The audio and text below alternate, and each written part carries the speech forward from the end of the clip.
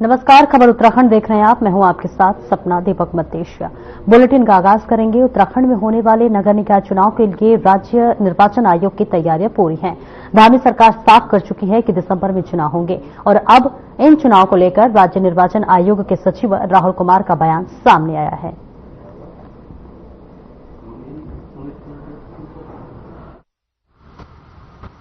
देखिए, राज्य निर्वाचन आयोग की संपूर्ण तैयारियां हो चुकी हैं।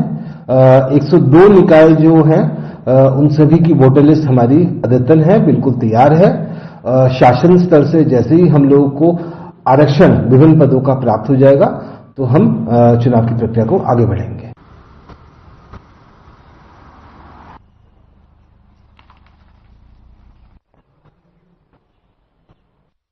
उत्तराखंड राज्य में उत्तराखंड की बोली भाषाओं को बढ़ावा देने के लिए प्रधानमंत्री नरेंद्र मोदी के संबोधन के बाद एक गति मिलती हुई नजर आ रही है। विगत दिनों प्रधानमंत्री ने अपने संबोधन में कहा था कि उत्तराखंड में उत्तराखंड के लोग कुमाऊनी, गढ़वाली, जौनसारी भाषा के साथ ही साथ यहां के खान पान को भी बढ़ावा दे। उसके बाद उत्तराखंड सरकार में राज्य मंत्री मधु भट्ट ने भी इसकी तैयारियां तेज कर दी है।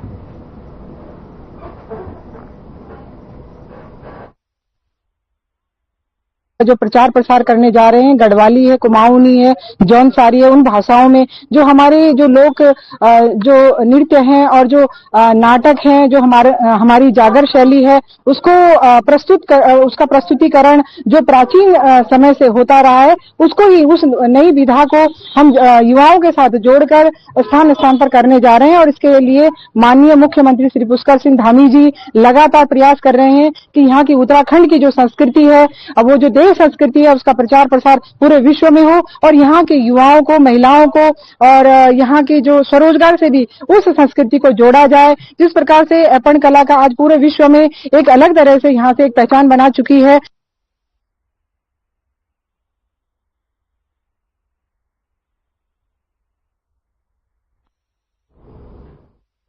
थराली नगर पंचायत द्वारा केदार राव बगड़ में निर्मित पार्किंग को शुरू करवाने के लिए डीएम कमलेश मेहता ने नगर पंचायत के अधिशासी अधिकारी अकबीर सिंह और थानाध्यक्ष थराली पंकज कुमार की मौजूदगी में स्थानीय व्यापारियों और वाहन चालकों की बैठक ली। बैठक में स्थानीय व्यापारियों और सवारी वाहन चालकों को अपनी गाड़ियां नगर पंचायत की पार्किंग में खड़ी करने के निर्देश दिए और वहीं साथ ही स्थानीय व्यापारियों और वाहन चालकों को पार्किंग में गाड़ियां खड़ी करने के लिए 20 रुपए प्रतिदिन का शुल्क रखा गया है।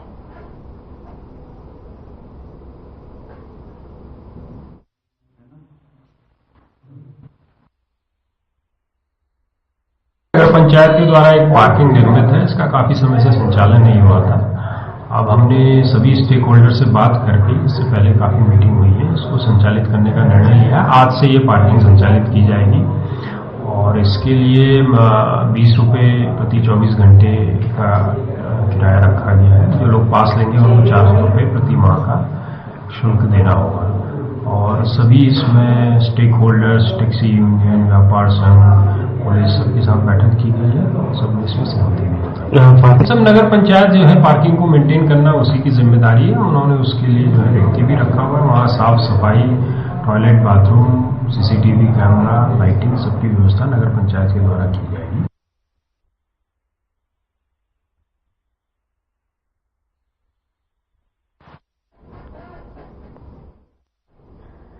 प्रयागराज में होने जा रहे महाकुंभ को हरित कुंभ बनाने की कोशिश की जा रही है और ये कोशिश पर्यावरण संरक्षण गतिविधि संस्था ने शुरू की है। संस्था का उद्देश्य है कि महाकुंभ में आने वाले 40 करोड़ श्रद्धालुओं को डिस्पोजल की जगह स्टील की थाली में भोजन प्रसाद वितरित किया जाए और इस संबंध में संस्था से जुड़े हेमंत गुप्ता, संजय बुढ़ाकोटी और गोपाल नारंग ने मिलकर प्रेस वार्ता की।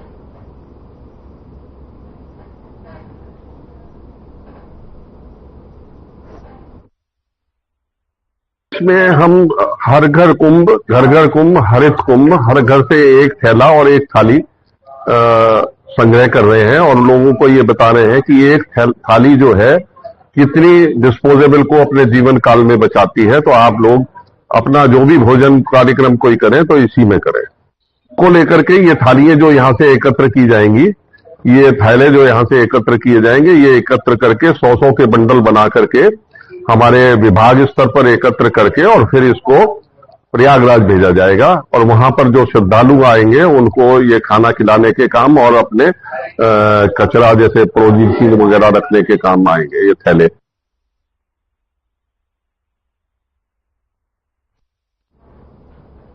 अल्मोड़ा में नगर निगम के कर्मचारी बीते शनिवार को सरकार के खिलाफ गरजे। कर्मचारियों को नियमित करने सहित अपनी 11 सूत्रीय मांगों को लेकर सफाई कर्मचारी संघ ने बैनर तले नगर निगम के कर्मचारियों ने निगम कार्यालय से चौहान पाटा तक जोरदार प्रदर्शन किया।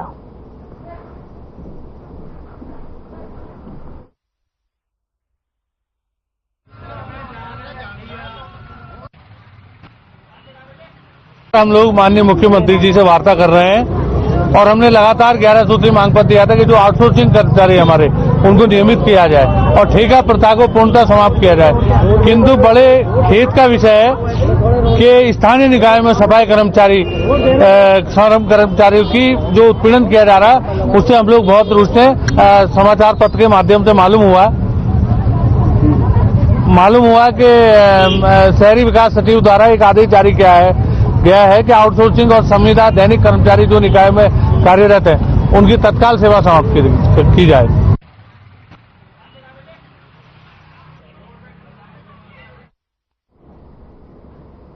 और रानीखेत के ऐतिहासिक सोमनाथ मैदान में 31 सप्ताह के कठिन परिश्रम के बाद 508 अग्निवीरों ने देश पर मर मिटने की शपथ ली। कुमाऊं और नागा रेजिमेंट के शपथ ग्रहण समारोह का भव्य आयोजन किया गया और इस पर देश की आन बान और शान की रक्षा का संकल्प लेकर 508 नए जाबाज सेना का अभिन्न अंग बने। प्रशिक्षण के दौरान सभी गतिविधियों में बेहतर प्रदर्शन करने वाले 6 अग्निवीरों के KRC commandant brigadier Sanjay Kumar Rai Yadav ने उत्कृष्ट मेडल लगाकर सम्मानित किया।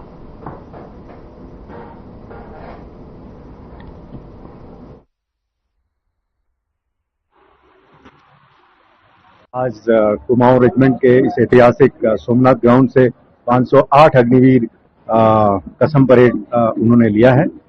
कुमाऊं रेजिमेंट के सीनियर मोस्ट जनरल साहब जनरल आर.सी. तिवारी और हम सब की तरफ से सभी अग्निवीरों को और उनके परिवारजनों को बहुत बहुत शुभकामनाएं।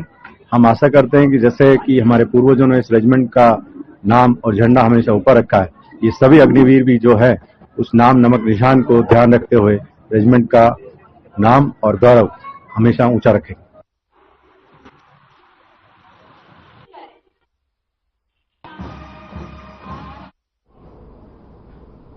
उत्तराखंड की सरकारी बिल्डिंग्स के टैक्स का लाखों करोड़ों रुपए बकाया है, लेकिन अब तक टैक्स को भरा नहीं जा सका है। आपको बता दें कि इसमें उत्तराखंड का बीजापुर गेस्ट हाउस, राज्य सरकार का सरकारी अस्पताल और केंद्रीय संस्थान समेत कई सरकारी भवन हुए वो शामिल हैं और इन सभी बिल्डिंग्स पर 5 से 7 करोड़ रुपए से ज्यादा का बकाया है और ये सभी देहरादून के कैंटोनमेंट बोर्ड के क्षेत्र में आते हैं, जो कि एक ऑटोनॉमस बोर्ड है जो कि नगर निगम के रूप में काम करता है। और इसी के साथ साथ कैंटोनमेंट बोर्ड के सीईओ हरेंद्र सिंह का कहना है कि बीजापुर गेस्ट हाउस और सरकारी संपत्तियों पर जो बकाया है उसके लिए सभी ने टैक्स जमा करने की हामी भर दी है।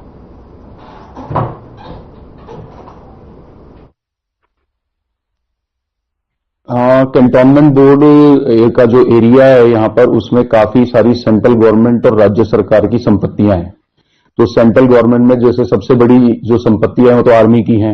आर्मी का जो हमें सर्विस चार्ज होता है वो हमें सेंटर के थ्रू मिल जाता है हमारे डीजी साहब के माध्यम से। लेकिन जो बाकी दूसरी संस्थाएं हैं उन्हें हम बिल भेजते हैं। उनमें से कई संस्थाएं अपना रेगुलरली पेमेंट कर रही हैं, जैसे कि पोस्टल डिपार्टमेंट है, ओएनजीसी हो गया, बीएसएनएल हो गया, ये सब हमें रेगुलरली जो हमारी डिमांड होती है उसकी पेमेंट कर रहे हैं। अभी एफआरआई के साथ हमारी बात चल रही है। एफआरआई के साथ हमारा सबसे ज्यादा बकाया है और एफआरआई के साथ इश्यू ये हुआ है कि पहले हम बिल सीधा एफआरआई को भेज रहे थे पूरे एरिया का, लेकिन उनके द्वारा हमें ये बताया गया है कि उनके यहाँ 3 अलग अलग संस्थाएं हैं।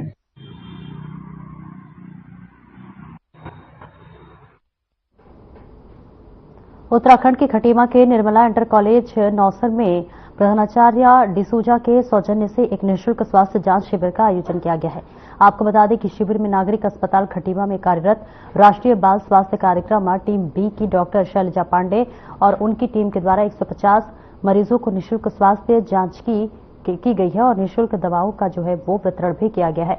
वहीं इसके अलावा बच्चों, अभिभावकों और ग्रामीणों को साफ सफाई और पोषक आहार की जानकारी दी गई है एवं शिविर में CHO प्रीति के द्वारा निःशुल्क हीमोग्लोबिन, शुगर और BP की भी जांच की गई है।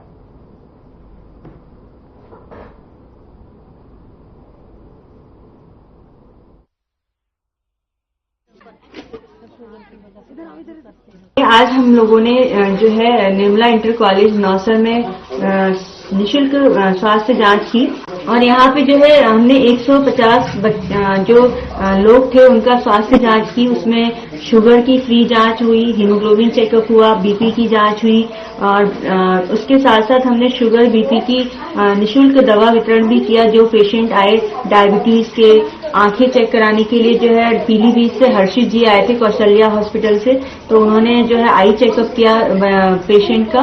और यहाँ पर जो है BP, sugar, high blood pressure के पेशेंट, डायबिटीज के पेशेंट, उसके साथ साथ जो है आंखों से संबंधित जिनको समस्या थी वो आए थे मरीज, और उसके साथ साथ सर्दी, जुकाम, बुखार और कई ऐसे पेशेंट भी थे जिनको नाइट ब्लाइंडनेस की प्रॉब्लम थी।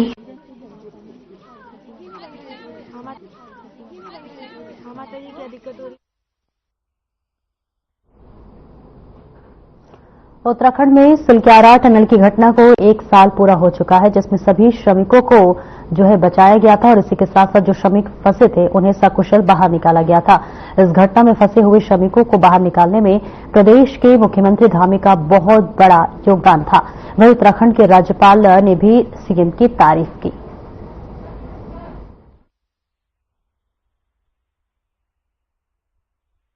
देखिए, सिलक्यारा टनल हादसा एक बहुत ही बड़ी घटना थी और उसको जिस तरह से हमारे प्रदेश के मुख्यमंत्री आदरणीय पुष्कर सिंह धामी ने बड़ी सूझबूझ के साथ में उस ऑपरेशन को जो है सफलतापूर्वक अंजाम दिया है और हमारे देश के प्रधानमंत्री आदरणीय नरेंद्र मोदी जी ने उसमें जो पूरा सहयोग दिया, विशेषज्ञों से लेकर के केंद्र के मंत्री भी वहां लगातार डेरा डाले रहे और वो सफलतापूर्वक जब सकुशल वहां फंसे हुए मजदूर बाहर निकले तो ये एक बहुत बड़ी सफलता जो है हमारी राज्य सरकार की भी रही है, हमारे केंद्र की सरकार की भी रही है।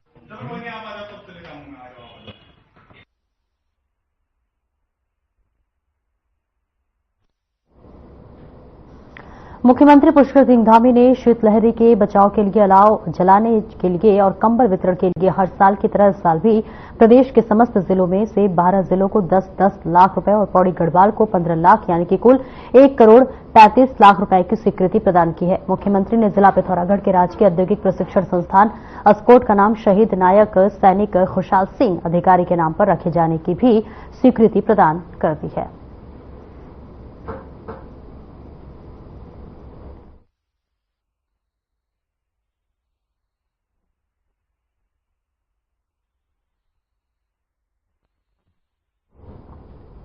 और वहीं युवा कांग्रेस राष्ट्रव्यापी मुहिम नौकरी दो नशा नहीं की शुरुआत करने जा रहा है। इसका पोस्टर दिल्ली कांग्रेस मुख्यालय में भारतीय युवा कांग्रेस के राष्ट्रीय अध्यक्ष उदय भानु छिब ने लॉन्च किया है।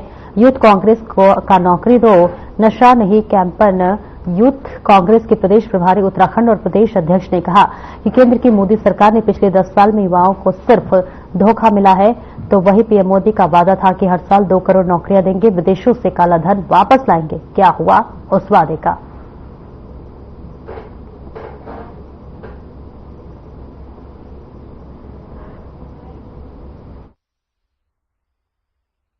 देखिए 4 तारीख को 11 बजे हम रेंजर्स ग्राउंड से सचिवालय कूच करने का काम करेंगे और नौकरी तो नशा नहीं मुहिम के तहत उस प्रदर्शन के बाद हम हर जिला स्तर पर और जमीन पर प्रदर्शन, हर विधानसभा स्तर पर प्रदर्शन करने का काम करेंगे, क्योंकि बढ़ता नशा एक बहुत बड़ी समस्या है और बढ़ते नशे के कारण आप लोग देख रहे होंगे कि आए दिन एक्सीडेंट्स होकर के बहुत सारे यंगस्टर्स अपनी जान गंवा रहे हैं, अपराध समाज में बढ़ता जा रहा है। तो इन तमाम समस्याओं का समाधान है कि युवाओं को नशे से दूर किया जाए।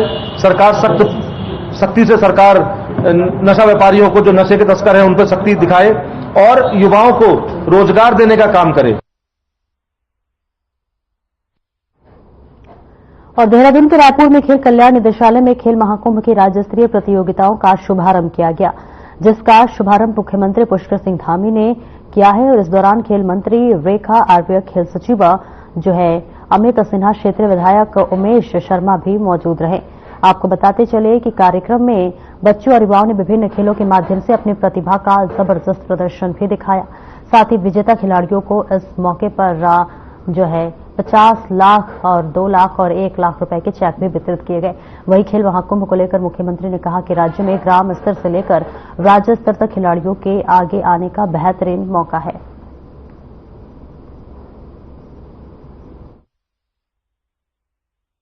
के माध्यम से आप तक पहुंच रही है। हमारे प्रदेश के ग्राम स्तर से लेकर राज्य स्तर तक के सभी जो हमारे खिलाड़ी हैं, जो हमारे प्रतिभावान युवा हैं, उन सबको आगे आने का अवसर प्रदान करता है और इसके माध्यम से उनको खेलों के क्षेत्र में खेलने के लिए एक स्थान मिलता है और नीचे से लेकर ऊपर तक सिलेक्शन होता है। आने वाले समय में इसी खेल महाकुंभ से निकलकर हमारे ये खिलाड़ी विभिन्न प्रतियोगिताओं में राष्ट्रीय स्तर पर, अंतर्राष्ट्रीय स्तर पर भाग लेते हैं और हमारा भी ये प्राथमिकता है। हम नई खेल नीति लाए हैं, बहुत सारी योजनाएं हम लेकर आए हैं जिससे कि हमारे राज्य के सामान्य परिवार में पैदा हुए बेटे और बेटियों को भी खेल के क्षेत्र में आगे आने का अवसर मिले।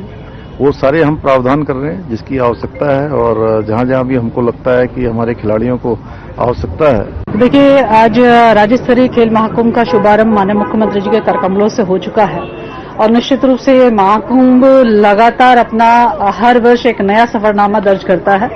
आज लगभग हमारे पूरे प्रदेश के बिल्कुल जो कह सकते हैं खिलाड़ी के रूप में जिनको आज प्रतिष्ठित हो रहे हैं, ऐसे 12,000 प्रतिभागी जो है इस खेल महाकुंभ में जो है प्रतिभाग करने जा रहे हैं और जो कि पहले लगातार वर्ष दर वर्ष यदि हम 2023-24 की बात करते हैं तो उससे बढ़कर जो है अब की ये संख्या 4 लाख के आसपास होने जा रही है। चारों स्तर पर विधिवत और इन्हीं परंपरागत खेलों को सम्मिलित किया गया है।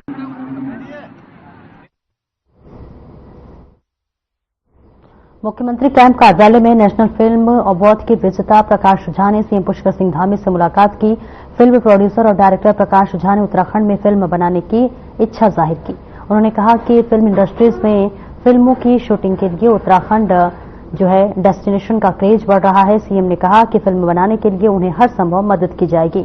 सीएम आगे कहते हैं कि फिल्मों की शूटिंग के लिए सिंगल विंडो सिस्टम से परमिशन दी जा रही है और राज्य में व्यय कुल धनराशि का 30% फिल्मों में दिया जा रहा है। साथ ही कहा कि राज्य में फिल्मों को बढ़ावा देने में टूरिज्म को बढ़ावा मिल रहा है।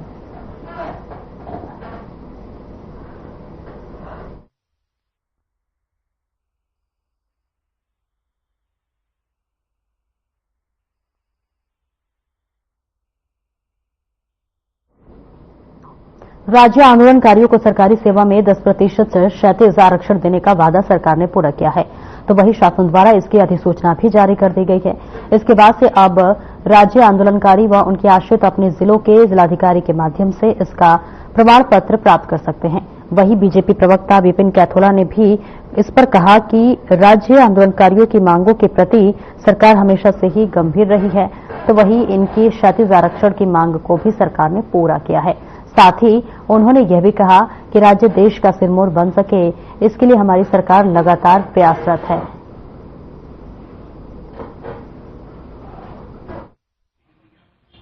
देखिए, ये उत्तराखंड राज्य जो है बड़े संघर्षों के बाद हम सबको मिला है और जिन जिन लोगों ने, जिन परिवारों ने, जिन व्यक्तियों ने उस संघर्ष में अपना महत्वपूर्ण योगदान दिया, उनको चिन्हित करने का काम हमेशा भारतीय जनता पार्टी की सरकार ने किया है।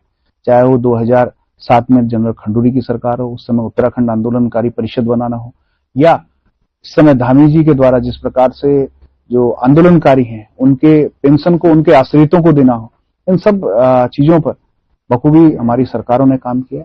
इन सब लोगों को चिन्हित किया गया। निश्चित रूप से जो क्षैतिज आरक्षण की बात भी जो हमारी सरकार ने की है, उस पर भी सरकार ने महत्वपूर्ण कदम धामी जी ने लिए थे। वैसे सर्दियों में तो मन करता ही। श्रीनगर में गढ़वाल मंडल के एसएसबी गुरिल्ला संगठन की बैठक हुई, जिसमें संगठन के प्रदेश संयोजक और जिला अध्यक्ष रुद्रप्रयाग सुमित चौधरी और प्रदेश मीडिया प्रभारी अनिल भट्ट शामिल हुए। इस बैठक में अन्य पदाधिकारी भी शामिल हुए।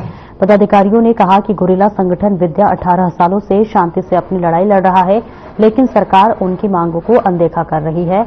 वहीं उन्होंने बताया कि 2004 में मणिपुर की सरकार ने गुरिल्लाओं को नौकरी और पेंशन का लाभ दिया है, लेकिन कई बार उत्तराखंड सरकार से वार्ता के बाद भी गुरिल्लाओं की मांगों पर कोई कार्रवाई नहीं हो रही है। उन्होंने चेतावनी दी है कि 15 दिसंबर तक आए अगर मांगे पूरी नहीं हुई तो वे 17 दिसंबर से देहरादून कूच करेंगे और साथ ही सीएम आवास का घेराव भी करेंगे।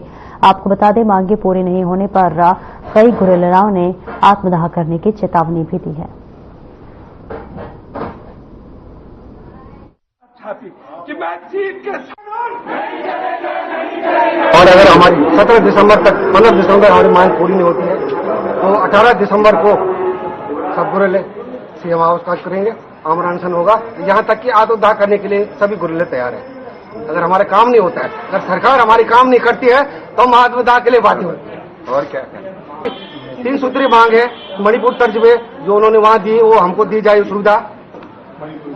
और हमको बार बार आश्वासन दिया जाता है, लेकिन हमारी मांगे पूरी के लिए नहीं जाती। प्रधानमंत्री जी से हम यही चाहते हैं कि जल्दी से जल्दी हमारी जो 18 सालों से हम हड़तालें कर रहे हैं और इस पे जल्द से जल्द सुनवाई की जाए, नहीं तो हम बहुत आक्रोश में हैं और हम आत्मदाह के लिए तैयार हैं। मणिपुर सरकार की तरफ से हमें भी लाभ दिया जाए। तो सरकारें आज हमको लगातार लड़ते लड़ते 18 साल हो गए।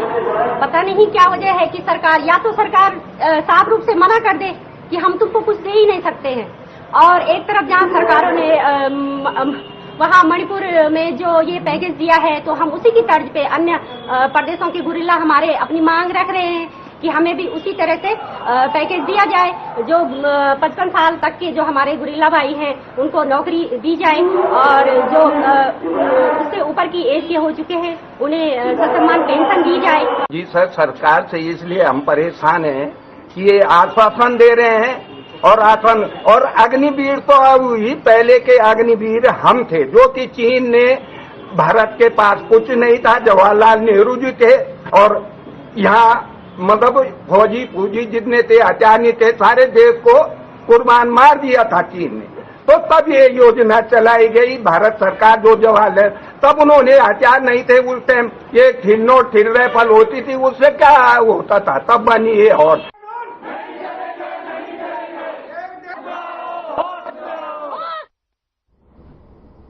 अल्मोड़ा जिले के विकासखंड सल्ट में बरसात के 2 माह बाद भी रामनगर मरचूला एनएच की हालत जस की तस बनी हुई है। क्षतिग्रस्त पनियाली अंधेरे को अब तक नहीं सुधारा जा सका है। इसके आने जाने वाले यात्रियों को दिक्कतों से जूझना पड़ रहा है। आपको बता दें कि बरसात के समय इस अंधेरे ने विकराल रूप ले लिया था और इससे सड़क पर कई बार वारदात भी बाधित हुआ था और लोगों की कई दिक्कतें झेलनी पड़ी थी। स्थानीय लोगों को उम्मीद थी कि बरसात के इस क्षतिग्रस्त अंधेरे के जल्द मरम्मत होगी, लेकिन हर बार विभागीय अधिकारी आश्वासन देकर पल्ला झाड़ लेते हैं। इस मामले में जानकारी देते हुए सहायक अभियंता नेशनल हाईवे कपिल कुमार ने बताया कि पनियाली गधेरे की मरम्मत के लिए एफडीआर में एस्टीमेट भेजा गया है। स्वीकृति मिलने के बाद मरम्मत का कार्य जल्द शुरू किया जाएगा।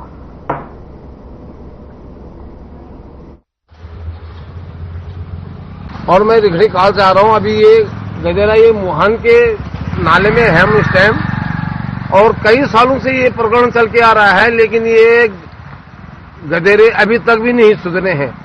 बहुत बड़े बड़े हादसा हो रखे हैं। परसों मरचूला कांड सब आप लोगों ने देखा होगा कि कितने आदमी वहां पे, हमारे उत्तराखंड के कितने आदमी मरे हैं वहां पे, फिर भी किसी का जोर शोर नहीं है। यहाँ पे ये गधेरे मदरे नाले वगैरह वगैरह सारे बेकार हैं। तो इस चीज को कम से कम 13-14 साल से यहाँ पे यही गड्ढे देख रहा हूँ। अर्जियत आपके सामने दिख रहा होगा। यहाँ पर लगातार मुख्यमंत्री के आदेश के बाद भी लोक निर्माण विभाग इस तरह से सोई हुई है कि अपने काम चलाने से मतलब हो रखा है, जबकि लगातार यहाँ पर आए दिन कुछ न कुछ दुर्घटनाएं हो रही हैं। और ये आप सामने देख रहे होंगे कि इस पनियाली नाले में आए दिन कहीं न कहीं जान माल का खतरा बना हुआ रहता है। लोग घंटों घंटों तक अपने बदहाल स्थिति में यहाँ से रामनगर की ओर जाते हैं, जबकि आप देखते हैं कि ये पहाड़ का एकमात्र ऐसा राजमार्ग है। और उत्तराखंड के बच्चों के लिए बस्तों का बोझ कम करने के लिए सरकार ने एक दिन बस्ता फ्री डे करने का फैसला लिया है। शिक्षा मंत्री डॉक्टर धन सिंह रावत का कहना है कि हाइब्रिड मोड में स्कूल और कॉलेज को चलाने की तैयारी चल रही है और हर महीने एक दिन बस्ता फ्री डे होगा, जहां पर साथ ही बस्तों का बोझ कम करने के लिए बस्तों का वजन तय किया गया है।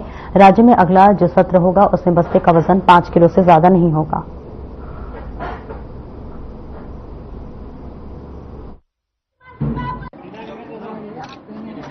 देखिए, अब हाइब्रिड मोड पे भी हम स्कूलों को और कॉलेजों को चलाना चाहते हैं, उसको हमने एडॉप्ट कर दिया अपने प्रदेश में। दूसरा, अब हर महीने एक दिन बस्ता फ्री डे होगा। एक हमने अब बस्ते का वजन भी जो है तय कर दिया है कि कक्षा 2 तक कितना वजन होना चाहिए, कक्षा 3 तक कितना होना चाहिए, कक्षा 5 तक कितना होना चाहिए और कक्षा 8 तक कितना होना चाहिए। हमारे राज्य में अब 1 जनवरी के बाद अगला जो सत्र होगा वहां मैक्सिमम बस्ते का वजन जो होगा वो 5 केजी से ज्यादा नहीं।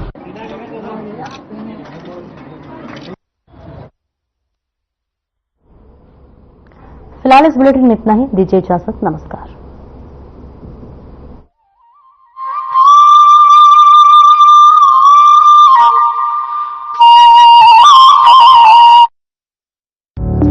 Through constant innovation, the group provides its clients with value-added, environment-friendly products. We are committed to provide quality products and services at optimum cost with the continuous improvement in the quality management system. Producing high-value paper making us India's largest producer of branded papers, fine papers and packaging broad segments. Focused on customers in all our operations. Hence, extensive investments are made towards people and people practices. KRPL world's leading eco-friendly paper from agro residue.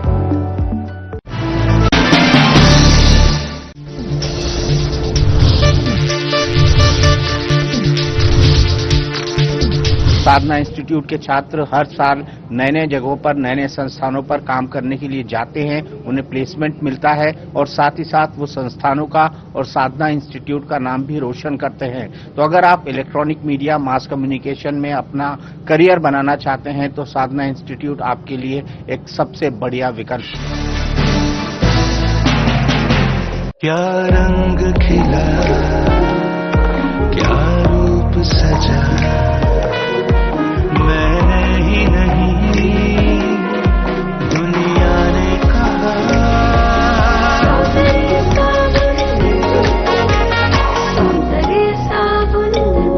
अधिकांश लोगों की धारणा है कि आयुर्वेदिक इलाज slow और लंबा होता है और गंभीर रोगों को हैंडल नहीं कर सकता, लेकिन जीवा आयुर्वेद ने लोगों की सोच को बदल कर रख दिया है। जीवा आयुर्वेद ने 20 लाख से अधिक पेशेंट्स की पर्सनलाइज्ड चिकित्सा की है और 400 से अधिक स्टाफ आपकी सेवा में अवेलेबल है। यदि आपको लगता है कि आपकी बीमारी ठीक नहीं हो रही है तो एक बार जीवा आयुर्वेद में जरूर कॉल करिए। तो अभी तुरंत 70 42 40 40 40 पर कॉल करिए। Through constant innovation, the group provides its clients with value-added, environment-friendly products. We are committed to provide quality products and services at optimum cost with the continuous improvement in the quality management system. Producing high-value paper making us India's largest producer of branded papers, fine papers and packaging broad segments. Focused on customers in all our operations. Hence, extensive investments are made towards people and people practices. KRPL world's leading eco-friendly paper from agro residue.